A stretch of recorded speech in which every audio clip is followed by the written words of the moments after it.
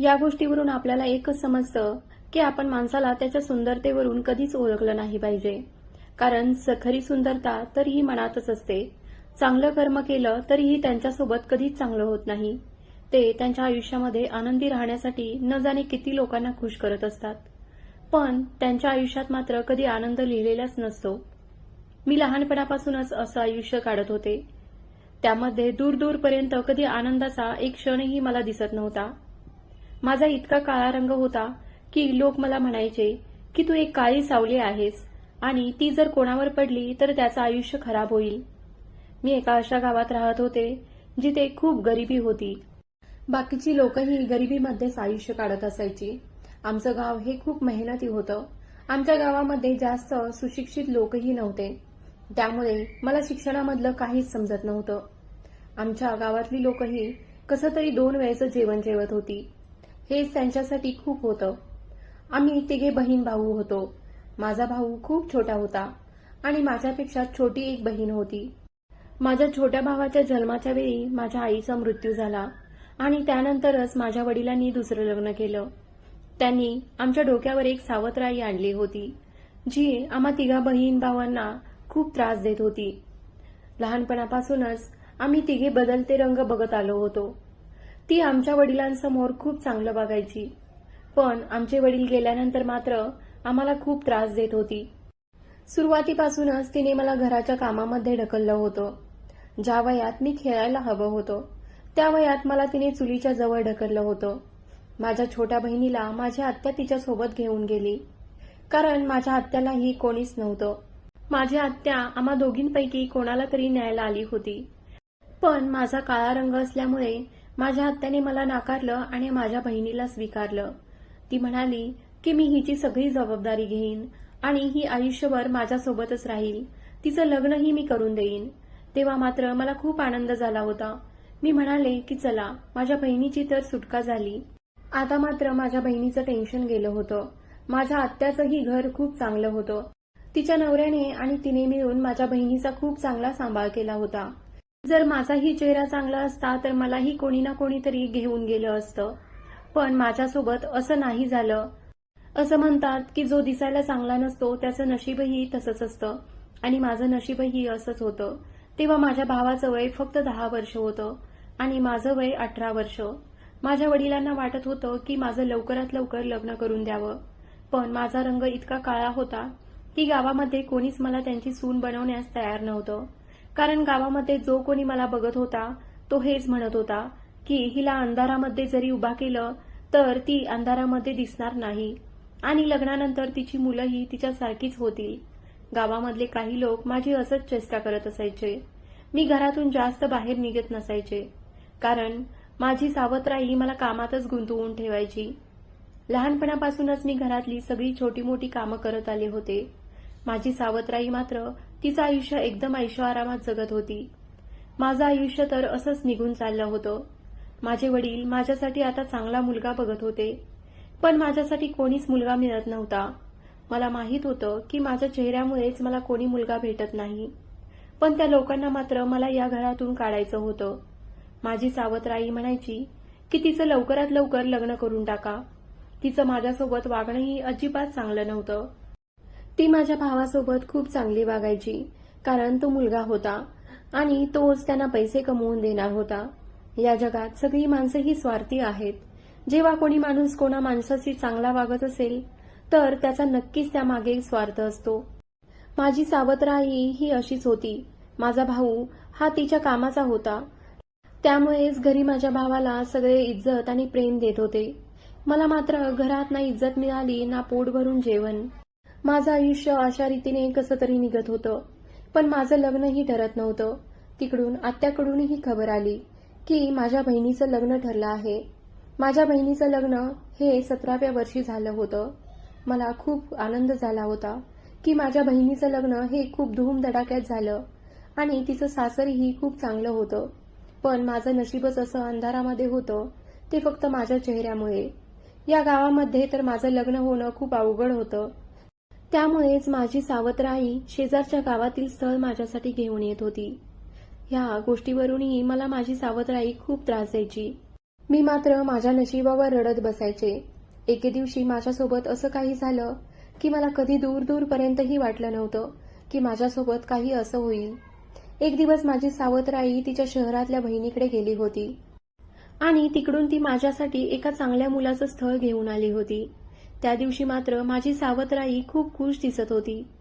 ती घरी येताच मला म्हणाली की दीपा, तुझ्यासाठी खूप चांगल्या मुलाचं स्थळ घेऊन आले आहे. तुझं लग्न तर शहरामध्येच होणार आहे. मी त्यांची ही गोष्ट ऐकून खूप हैराण झाले, कारण माझ्यासाठी शहरातल्या मुलाचं स्थळ येणं हे खूप अवघड होतं. पण ज्या पद्धतीने ती बोलत होती त्यावरून तर मला वाटत होतं की ती खरं बोलत आहे. पण मला हे समजत नव्हतं की ती माझ्यावर एवढी खुश का होती. रात्री जेव्हा माझे वडील घरी आले तेव्हा तिने वडिलांनाही त्या मुलाबद्दल सांगितलं. ती वडिलांना म्हणाली की जेव्हा मी माझ्या बहिणीच्या घरी गेले होते तेव्हा ती मला तिच्या मालकिणीच्या घरी घेऊन गेली आणि त्यांची मालकीण असं म्हणत होती की तिला तिच्या मुलासाठी श्रीमंत कुटुंबातली मुलगी नको आहे. त्यांना तर अशी मुलगी हवी होती जी घरातली सगळी कामं करेल आणि घर खूप छान पद्धतीने सांभाळेल, जी खूप संस्कारी असेल आणि तिचा चेहराही ठीकठाक असेल.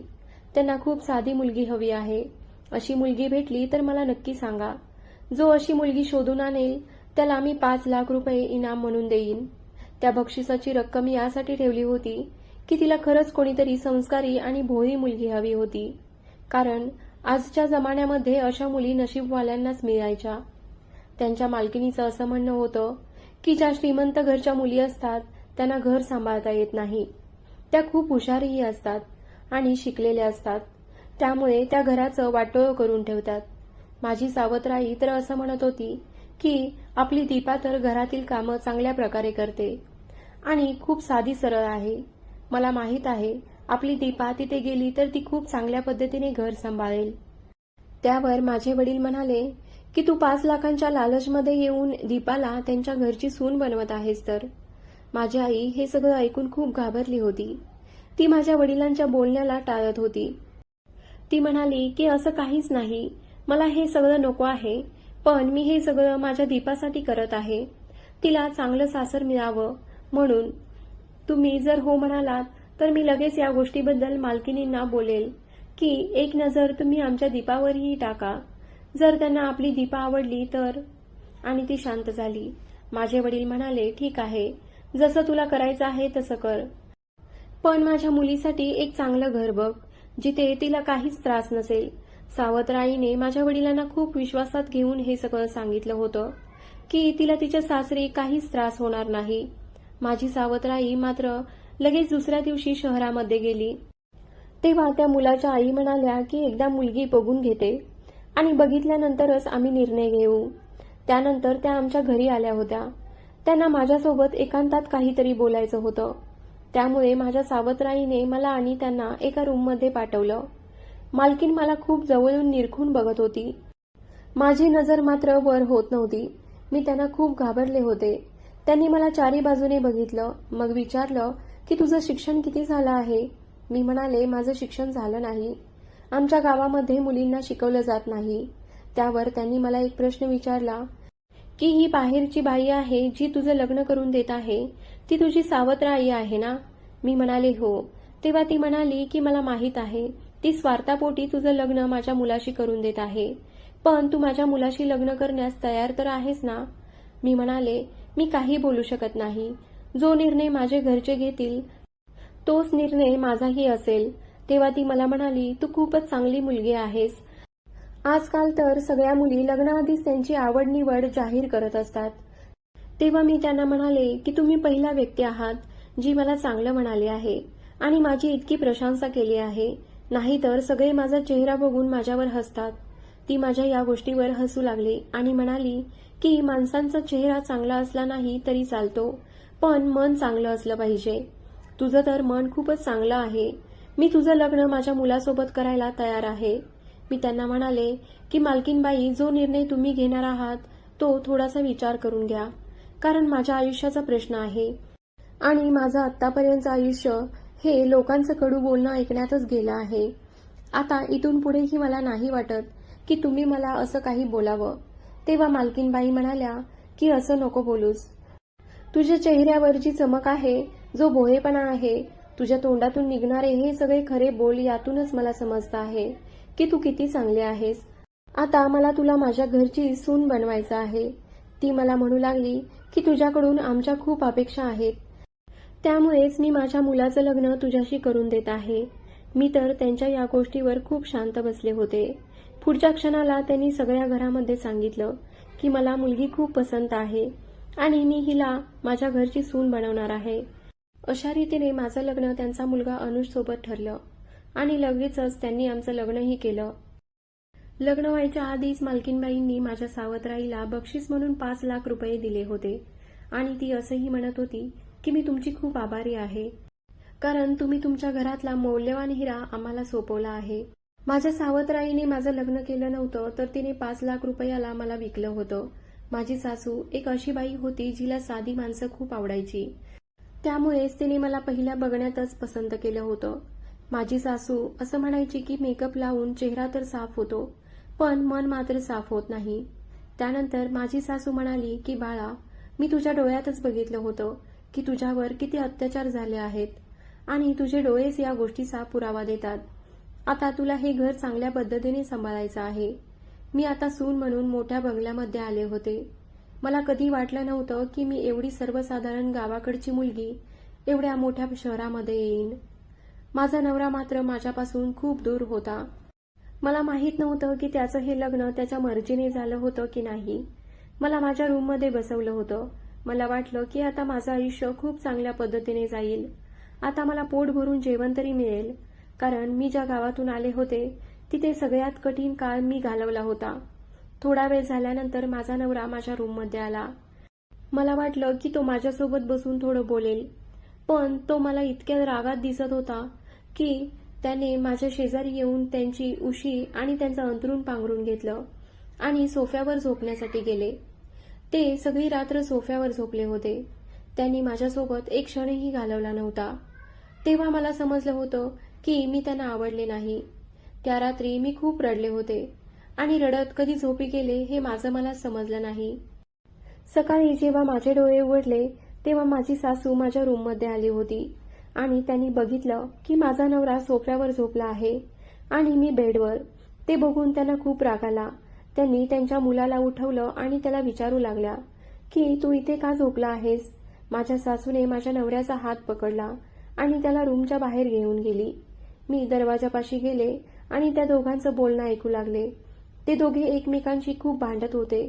माझा नवरा माझ्या सासूला म्हणत होता की सगळ्या जगात तुला हीच मुलगी भेटली का माझ्यासोबत लग्न करून देण्यासाठी. मला वाटत होतं की तुझी आवड साधी असली तरी घाणेरडी नाही आणि ही कोणती मुलगी तू उचलून आणली आहेस जिच्यामध्ये सगळ्या जगाचा काळेपणा दिसत आहे. माझा नवरा मला जेव्हा असं म्हणाला तेव्हा माझं मन खूप दुखावलं होतं. मी माझ्या नशिबावर खूप रडत होते. माझी सासू त्याला सारखं सारखं समजावत होती की ती खूप चांगली आहे आणि पूर्ण आयुष्यभर ती तुझी साथ देईल. पण माझ्या नवऱ्याला मात्र मला स्वीकारायचं नव्हतं. त्याने त्याच्या आईला साफ साफ सांगितलं होतं की तुझ्या आनंदासाठी मी हे लग्न केलं आहे, पण मी हिला कधीच माझ्या पत्नीचा दर्जा देणार नाही. मी पलंगावर येऊन बसले आणि विचार करू लागले की मला आता या घरामध्ये माझ्या नवऱ्याशिवाय राहायचं होतं, कारण त्याने मला अजूनही स्वीकारलं नव्हतं. अशा रीतीने माझा संसार चालू झाला. मी जेव्हा त्याचं कोणतंही काम करण्याचा प्रयत्न करायचे किंवा त्याच्याशी बोलण्याचा प्रयत्न करायचे तेव्हा तो म्हणायचा की तू माझ्या जवळ येऊ नकोस. या घरामध्ये माझ्या नवऱ्याचा एक भाऊही होता. माझ्या लग्नाला आता 2 महिने झाले होते. अजूनही मला माझ्या नवऱ्याचं प्रेम मिळालं नव्हतं, पण हे नसूनही माझं आयुष्य खूप चांगल्या पद्धतीने चाललं होतं. असा आनंद काय कामाचा जिथे पती आपल्या पत्नीला नजर वर करूनही बघत नाही. मी एक सुहासिनी होते, पण एकटी जीवन जगत होते. मी इथे सगळी कामं करत होते. किचन पूर्णपणे सांभाळत होते. माझी सासू मला खूप म्हणायची की आपल्या घरात काम करण्यासाठी खूप साऱ्या मोलकरीण आहेत, त्यामुळे तू काम करत जाऊ नकोस. पण माझा हात काही राहत नसायचा, त्यामुळे मी मोलकरणींना हातभार लावण्यासाठी किचनमध्ये जायचे. माझा धीरही माझी खूप चेष्टा करायचा आणि त्याच्या आईला म्हणायचा की तू तर दादाचं आयुष्य बर्बाद केलं आहेस. तुला सगळ्या जगात ही एकटीच मुलगी भेटली होती का आपल्या दादासाठी. मग माझी सासू त्याला ओरडून गप्प करायची माझा दीरही आता लग्न करायच्या मार्गावर होता. तेव्हा माझी सासू म्हणायची की मी तुझ्यासाठी दीपासारखीच मुलगी शोधून आणेन. तेव्हा माझा दीर तिला म्हणायचा की मी तर माझ्या पसंतीनेच लग्न करणार, मला हिच्यासारखी मुलगी नको आहे. तू तर दादालाच बळीचा बकरा बनवला आहेस, पण मी माझ्या बाबतीत असं अजिबात होऊ देणार नाही. माझ्या दीराला मात्र शहरातली मुलगी करायची होती. आता माझी सासू छोट्या मुलापुढे हरली होती. त्यामुळेच त्यांनी त्याचं लग्न एका शहरातल्या मुलीसोबत करायचं ठरवलं. त्यांनी मुलगी शोधण्यास चालू केलं. एक अशी मुलगी होती जिला माझे दीर आवडले होते. माझ्या दीरांनाही ती आवडली होती. त्यामुळे तिचं लग्न माझ्या दीराशी झालं. लग्न झाल्यानंतर ती माझी जाऊ म्हणून या बंगल्यामध्ये आली आणि या बंगल्याची छोटी मालकीण झाली. ती मात्र शहरामध्ये राहणारी होती. श्रीमंत बापाची एकुलती एक मुलगी होती. तिच्या वडिलांनीही लग्नामध्ये खूप सारा हुंडा दिला होता. ती दिसण्यातही खूप सुंदर होती. तिला तिच्या सुंदरतेवर खूप गर्व होता. जेव्हा तिने मला बघितलं तेव्हा तीही माझी चेष्टा उडवू लागली. माझे सासरे मात्र खूप चांगले होते, अगदी माझ्या सासूसारखे. त्यांनीही मला स्वीकारलं होतं. आता मात्र माझा नवरा, माझी जाऊ आणि माझा दीर मिळून माझी चेष्टा उडवत असायचे. सासरे माझ्या जेवणाचं खूप कौतुक करायचे आणि हीच गोष्ट माझ्या जावेला खूप खटकायची, कारण तिला जेवण बनवायला येत नव्हतं. तिने तर खूप वेळा माझं जेवण खराब करण्याचा प्रयत्न केला होता. ती मला टोमणे मारायची एकही संधी सोडत नव्हती. म्हणायची की काय माहीत तुला या घरी मम्मीने कसं काय आणलं आहे आणि तुला या घराची मोठी सून बनवलं आहे. तसं तर तू या लायकीचीही नाहीस की तुला कोणत्या घरी मोलकरीण म्हणूनही ठेवतील. मी तिची गोष्ट शांततेने ऐकत होते. माझ्या जावेचं नाव नीता होतं. नीता जेवढी सुंदर होती तितकीच तिची जीभही चालायची. तिचं तोंड खूप कडू होतं. मी तिला सहन करत होते. हा विचार करून की लग्नाआधीही मी माझ्या सावत्राईचं बोलणं खात होते, तर आताही मला हे बोलणं सहन करायला हवं. माझा नवरा मला अजूनही स्वीकारायला तयार नव्हता. मला खूप वाटायचं की मला माझ्या नवऱ्याचं प्रेम मिळावं, पण माझा नवरा तर माझ्याकडे बघायलाही तयार नव्हता. मी माझ्या नवऱ्याची सगळी कामं करायचे आणि हा विचार करायचे की एक दिवस नक्की येईल जेव्हा त्यांच्या मनामध्ये माझ्यासाठी नक्की प्रेम असेल. इकडे माझा दीर माझ्या जावेवर खूप प्रेम करायचा. माझा नवरा मात्र माझ्या सासूला म्हणत होता की तुला माझ्यासाठी नीतासारखी मुलगी शोधायला काय झालं होतं. जर माझी बायको इतकी सुंदर असती तर मी तिला नक्कीच पत्नीचा दर्जा दिला असता, पण तू माझं लग्न अशा मुलीसोबत लावून माझं सगळं आयुष्य खराब केलं आहेस. माझी सासू ही तिच्या मुलाला खूप समजावायची की तू जगामध्ये चमकणाऱ्या गोष्टींकडे जाऊ नकोस. तुझ्यासाठी असा जोडीदार हवा जो तुझ्या वाईट काळातही तुझ्यासोबत उभा राहील. पण माझा नवरा मात्र माझ्या सासूची कोणतीच गोष्ट समजून घ्यायला तयार नव्हता. तसं तर माझ्या जावेने आता खूप प्रयत्न केले होते की जसे मी नवऱ्याच्या नजरेत वाईट आहे तसंच सासू सासऱ्यांच्याही नजरेत वाईट व्हावे. असं करण्यासाठी मात्र माझ्या जावेने नवनवीन खेळ खेळायला चालू केलं होतं. तिला माझ्या याच गोष्टीवर खूप जलन व्हायची की माझे सासू सासरे माझ्यावर खूप प्रेम करतात. तसंच प्रेम ते तिच्यावर करत नसल्याने ती हे सगळं डाव रचत असायची. एक दिवस मी घरामध्ये काम करत होते तेव्हा माझ्या सासूने खूप गोंधळ केला की त्यांची सोन्याची अंगठी जी त्यांना दिवाळीला सासऱ्यांनी गिफ्ट केली होती ती मिळत नव्हती. माझ्या सासूने सगळी रूम शोधली, पण त्यांना अंगठी कुठेच सापडत नव्हती. तिने आमच्या दोघींनाही बोलावलं होतं आणि विचारलं की तुम्ही माझी अंगठी बघितली आहे का. एवढ्या छोट्या गोष्टीवर माझ्या जावेने खूप मोठा गोंधळ करायला चालू केलं की मम्मी तुम्ही माझ्यावर असा संशय घेताय, मी का तुमची अंगठी चोरेल. मी तर माझ्या माहेरकडून येतानाच खूप सारा हुंडा घेऊन आले आहे. तुम्हाला जर पटत नसेल तर तुम्ही माझ्या रूममध्ये चला. आणि ती जबरदस्तीने माझ्या सासूला घेऊन गेली. तिने तिचं कपाट उघडून सगळं सोनं दाखवलं, सगळे कपडे दाखवले, पण माझ्या सासूची अंगठी कुठेच भेटत नव्हती. माझी सासू म्हणायला लागली की नीता मला असं म्हणायचं नव्हतं, तू चुकीचं समजत आहेस. मी तुझ्यावर चोरीचा आळ घेत नाही, फक्त मी तुला विचारत होते की तू माझी अंगठी कुठे बघितली आहेस का. तेव्हा मात्र माझी जाऊ म्हणाली की तुम्हाला हेच म्हणायचं आहे की मी अंगठी चोरली आहे. मी आता माझ्या रूमची सगळी झडती घेऊन दिली, आता तुम्ही दीपाच्या रूमची देखील झडती घ्यायला हवी.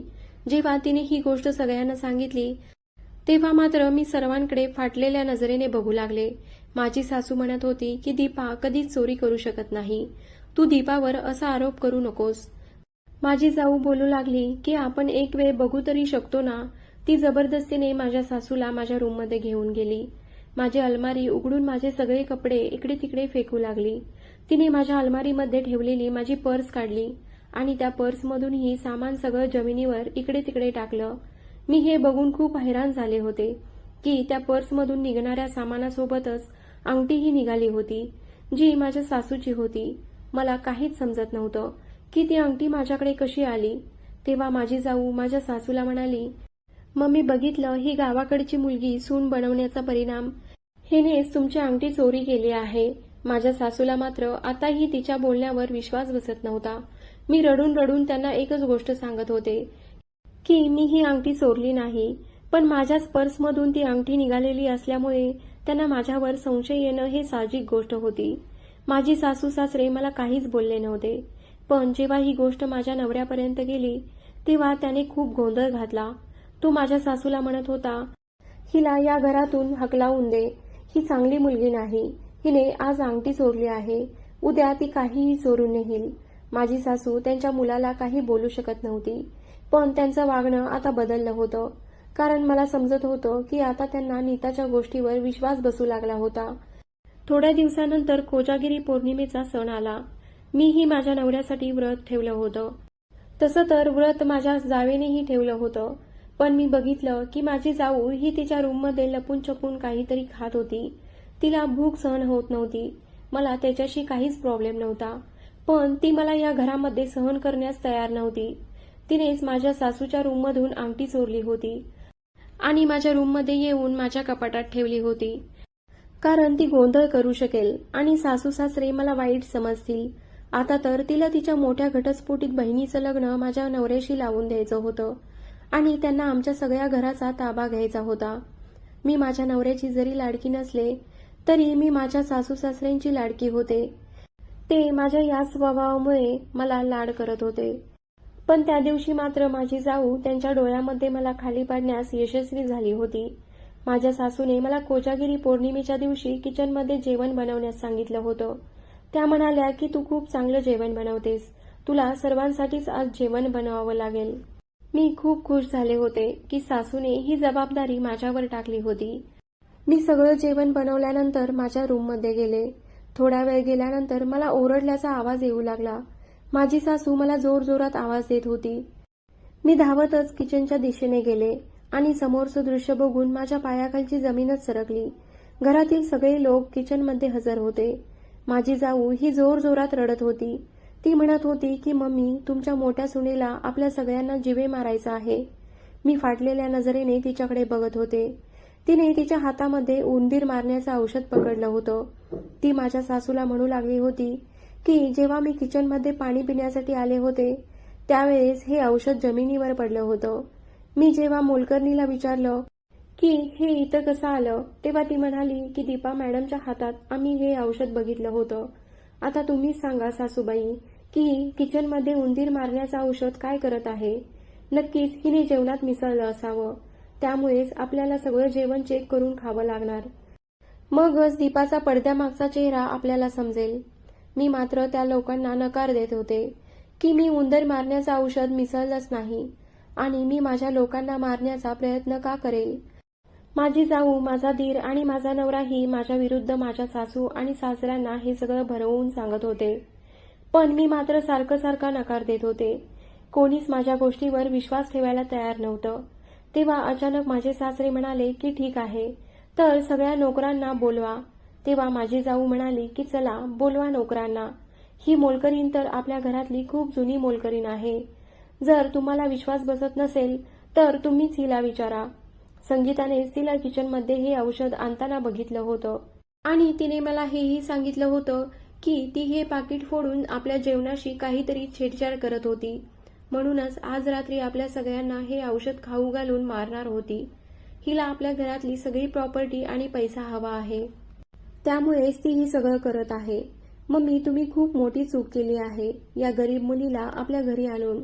मी तर म्हणते हिला आत्ताच्या आत्ता धक्के मारून बाहेर काढा. माझा नवराही म्हणत होता की माहीत नाही मम्मी, तू काय बघितलंस आणि हिला घरी घेऊन आलीस.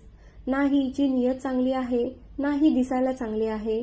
जेव्हा मोलकरणीला बोलावलं गेलं त्यावेळेस मी मोलकरणीला विचारलं की संगीता, तुम्ही तरी माझ्यासोबत जेवण बनवलं आहे ना? आपण जेवणामध्ये काही टाकलं का जेवण बनवताना? तेव्हा ती म्हणाली, या कसल्या गोष्टी करत आहात मॅडम? मी का जेवणामध्ये विष टाकेल?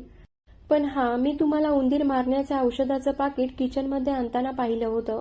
तेव्हा तुम्हीच काहीतरी केलं असेल. बाकी मला काही माहीत नाही. हे बोलणं ऐकून तर सगळे हैराण झाले होते. आताही माझ्या सासू सासऱ्यांना या गोष्टीवर विश्वास बसत नव्हता. म्हणून माझी जाऊ म्हणाली की आपण हे जेवण कोणत्या तरी जनावराला खाऊ घालू. जर ते मेलं तर जेवणामध्ये नक्कीच विष होतं.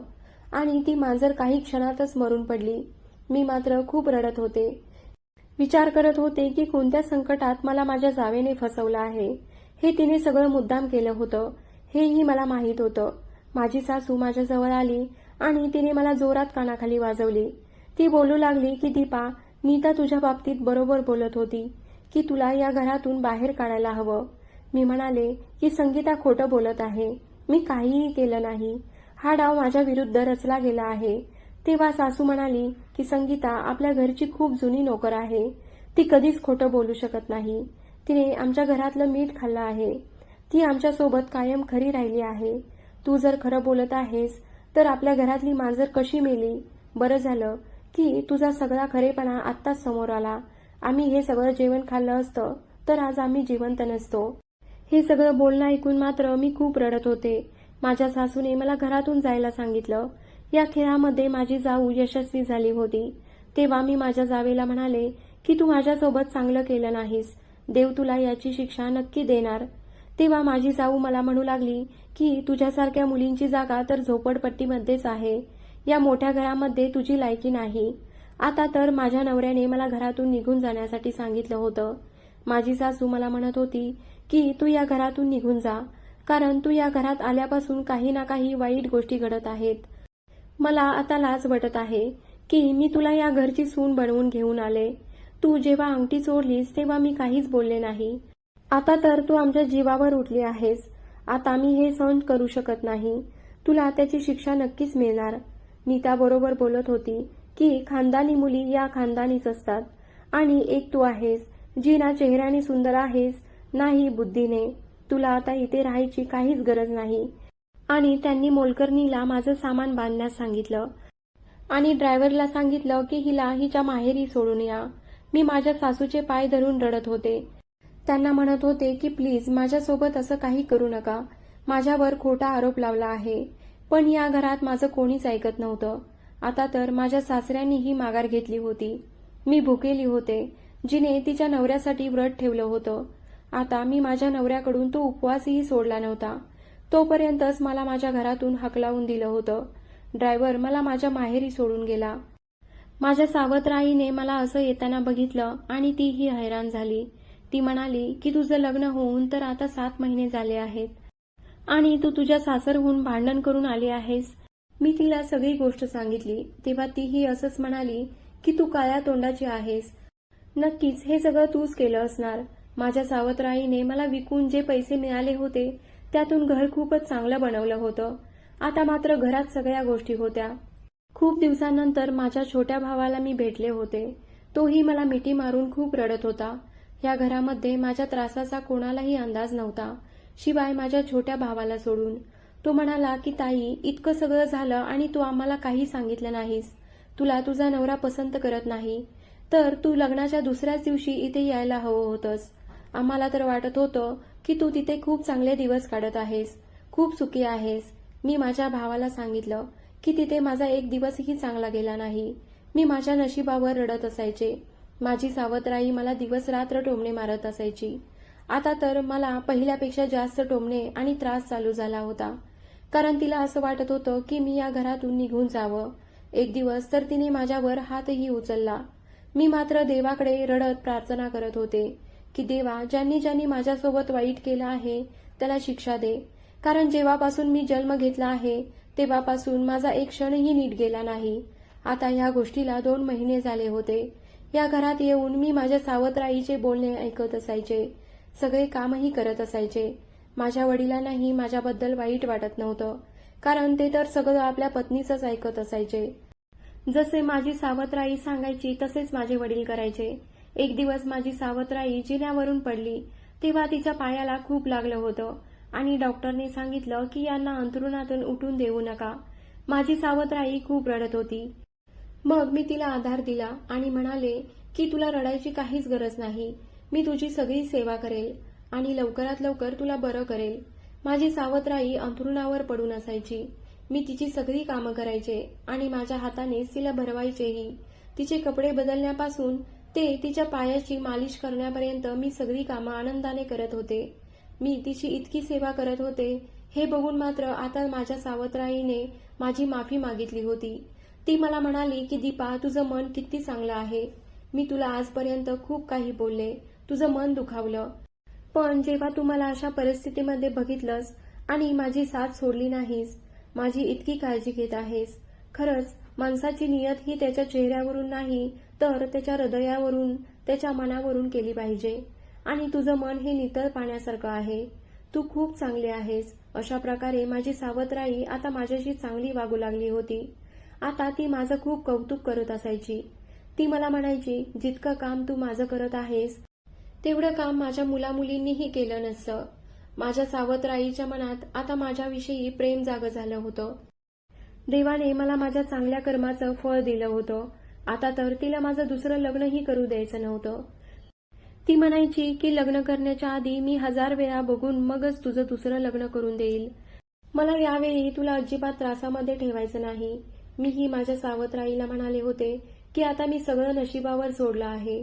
जे होईल ते होईल आणि शांततेने माझं आयुष्य जगत होते. खूप दिवस झाले होते पण मला माझ्या नवऱ्याने अजूनही सोडचिठ्ठी दिली नव्हती. मी मात्र विचार केला होता की आता त्याने मला सोडलं आहे. आता त्या घराशी आणि त्या घरातल्या लोकांशी माझा काहीही संबंध नाही. एक दिवस मी अंगणातली साफसफाई करत होते तेव्हा घराचा दरवाजा जोरजोरात वाजत होता. घरात फक्त माझी सावत्र आणि मी याच्याशिवाय कोणीच नव्हतं. मी दरवाजा उघडण्यासाठी गेले तर समोर बघून मात्र माझ्या पायाखालची जमीनच सरकली. दरवाजामध्ये माझे सासू सासरे उभे होते. त्या दोघांना बघून मी लगेच माझ्या डोक्यावर पदर घेतला आणि माझी नजर खाली घेतली. मी म्हणाले, तुम्ही इथे का आला आहात? मी बघितलं की माझ्या सासू सासऱ्यांच्या डोळ्यामध्ये अश्रू होते. त्यांनी माझ्यासमोर हात जोडले. मी खूप घाबरले होते. ते म्हणाले की आम्हाला तुमच्या घरात येऊ देणार नाहीस का? मी लगेच त्यांना आतमध्ये येण्यासाठी रस्ता दिला आणि त्यांच्यासाठी चटई टाकली आणि त्यांना बसण्यासाठी सांगितलं. मी म्हणाले, मी पाणी घेऊन आले. तेव्हाच माझ्या सासूने मला थांबवलं. त्या म्हणाल्या की तू आमच्याजवळ बस. मी म्हणाले, नाही, मी तुमच्याजवळ कशी बसू शकते? तुम्ही कुठे आणि मी कुठे? मी तुमच्यापासून लांब राहिलेलंच बरं. माझी सासू बोलू लागली की दीपा, तू खरंच खूप चांगली आहेस. आम्ही तुझ्याशी इतकं वाईट वागलो तरीही तुझ्या मनात आमच्यासाठी अजूनही आदरच आहे. मी म्हणाले की तुमच्याबद्दल वैर धरून मी काय करू? हा तर सगळा नशिबाचा खेळ आहे. माझं नशीबच खराब आहे. माझ्यासोबत लहानपणापासूनच असं होत आलं आहे. माझे सासरे मला म्हणाले की बाळा, मला माफ कर. आम्ही तुला खूप वाईट समजलं. आम्ही नीताच्या बोलण्यात येऊन तुला घरातून बाहेर काढलं. पण खरी गोष्ट आम्हाला तू गेल्यानंतर समजली. दुसऱ्याच दिवशी अनुजचा ऍक्सिडेंट झाला. तो ऍक्सिडेंट एवढा मोठा होता की त्यामध्ये त्याचा एक पाय गेला. आता तो त्याच्या पायांवर उभा राहू शकत नाही. आम्ही त्याचा खूप इलाज केला पण डॉक्टर म्हणाले की आता आमचा मुलगा स्वतःच्या पायावर चालूही शकणार नाही. आम्हाला वाटत होतं की तू गेल्यानंतर नीता तिच्या बहिणीसोबत अनुजचं लग्न करून देईल, कारण ती म्हणाली होती की तिच्या आई वडिलांसोबत या गोष्टीवर नक्की बोलेल. आम्ही तुमचे डिवोर्स पेपरही तयार केले होते. तुला ते पाठवणारही होतो. तेव्हाच नीता आम्हाला म्हणाली की ती तिच्या सुंदर बहिणीचं लग्न एका लंगड्यासोबत करणार नाही. जेव्हा ती आमच्या मुलाला असं म्हणाली तेव्हा मात्र आम्हाला ही गोष्ट खूप लागली. आता आम्ही तिला सहन करू शकत नव्हतो. तरीही आम्ही तिला काही बोललो नाही. आता तर नीताला आम्हीही त्या घरामध्ये खूपत होतो. आम्ही कधी विचारही केला नव्हता की नीता इतकी चालू मुलगी असेल. ती आमच्याच घरी मित्रमैत्रिणींना बोलवून पार्टी करायची, दारू प्यायची. मी याबद्दल तिला थोडं बोललो आणि तिच्या सगळ्या मित्रमैत्रिणींना घराच्या बाहेर काढलं. तिची तक्रारही माझ्या छोट्या मुलाकडे केली पण नीताने माझ्यावरच आरोप लावला. नीताने मला तिच्या रूममध्ये बोलवलं आणि ती मला म्हणाली की मी तुम्हाला कोणतं तरी डॉक्युमेंट्स देणार आहे. मीही तिच्या रूममध्ये गेलो मला माहीत नव्हतं की ती मला फसवत आहे. मी जसं तिच्या रूममध्ये गेलो तसं तिने तिचे कपडे फाडले आणि जोर जोरात ओरडू लागली. तिने माझ्या मुलालाही सांगितलं की मी तिच्या इज्जतीसोबत खेळलो आहे. माझ्या मुलाने या गोष्टीवर खूप गोंधळ घातला. तो म्हणाला की मला या घरात राहायचं नाही, जिथे माझ्या पत्नीला इज्जत नाही. तुझ्या सासूने आणि मी खूप समजावण्याचा प्रयत्न केला, पण आमच्या दोघांचंही बोलणं ऐकायला तो तयार नव्हता, कारण तो आता तिच्या बायकोचा गुलाम झाला आहे. तेव्हाच मला समजलं की त्या दिवशी तू निर्दोष होतीस. तिने तुझ्यावर खोटा आरोप लावला होता. मी छोट्याला त्याचा हिस्सा दिला आहे आणि त्या दोघांना घरातून हकलावून लावला आहे. तो आता त्याच्या बायकोसोबत वेगळं घर घेऊन राहत आहे. आता तर तुझ्या नवऱ्याला ही गोष्ट समजली आहे की जे तुझ्यासोबत झालं ते खूप वाईट झालं. त्यालाही तुझी माफी मागायची आहे. आता तो तुला स्वीकारायला तयार आहे.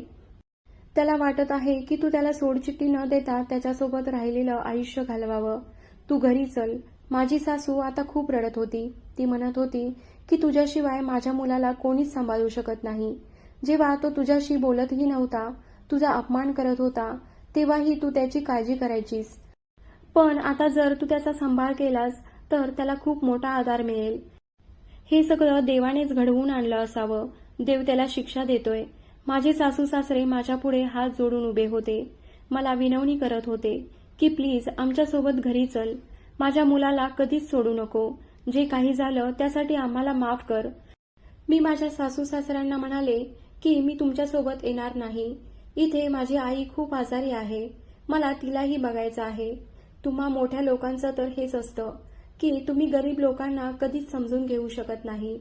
जेव्हा तुम्हाला वाटेल तेव्हा तुम्ही घरात ठेवता आणि जेव्हा तुम्हाला वाटेल तेव्हा हकलावून देता. माझी सासू म्हणू लागली की नाही बाळा, जे आम्ही केलं त्याची शिक्षा तर आम्ही भोगतोय. नीता तुला तुझ्या नवऱ्यापासून यासाठीच दूर करत होती कारण तिला सगळी प्रॉपर्टी तिच्या आणि तिच्या बहिणीच्या नावावर करायची होती.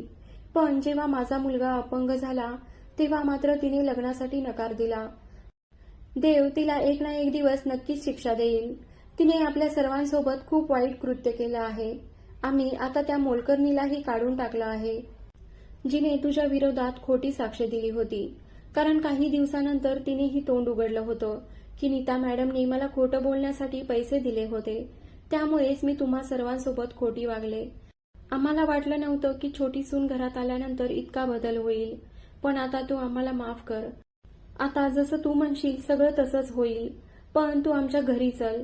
आमचा मुलगा तुझी वाट बघत आहे. त्याला तुझी खूप गरज आहे. तो खूप वाईट अवस्थेतून जात आहे.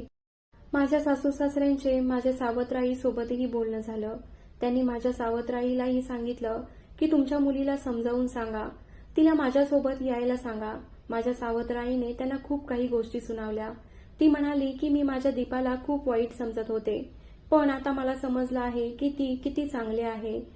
माझ्या आईने मला सासरी जायला सांगितलं, पण मी म्हणाले की माझी आई जोपर्यंत बरी होत नाही तोपर्यंत मी इथेच राहील. आणि ठरल्याप्रमाणे माझी आई पूर्णपणे बरी झाल्यावर मी सासरी आले. आता माझा नवरा माझ्यावर खूप प्रेम करतो आणि एक क्षणही तो स्वतःपासून वेगळं करत नाही. आता अजून एकदा सगळ्या घराची जबाबदारी मी घेतली आणि ती चांगल्या रीतीने पारही पाडत आहे.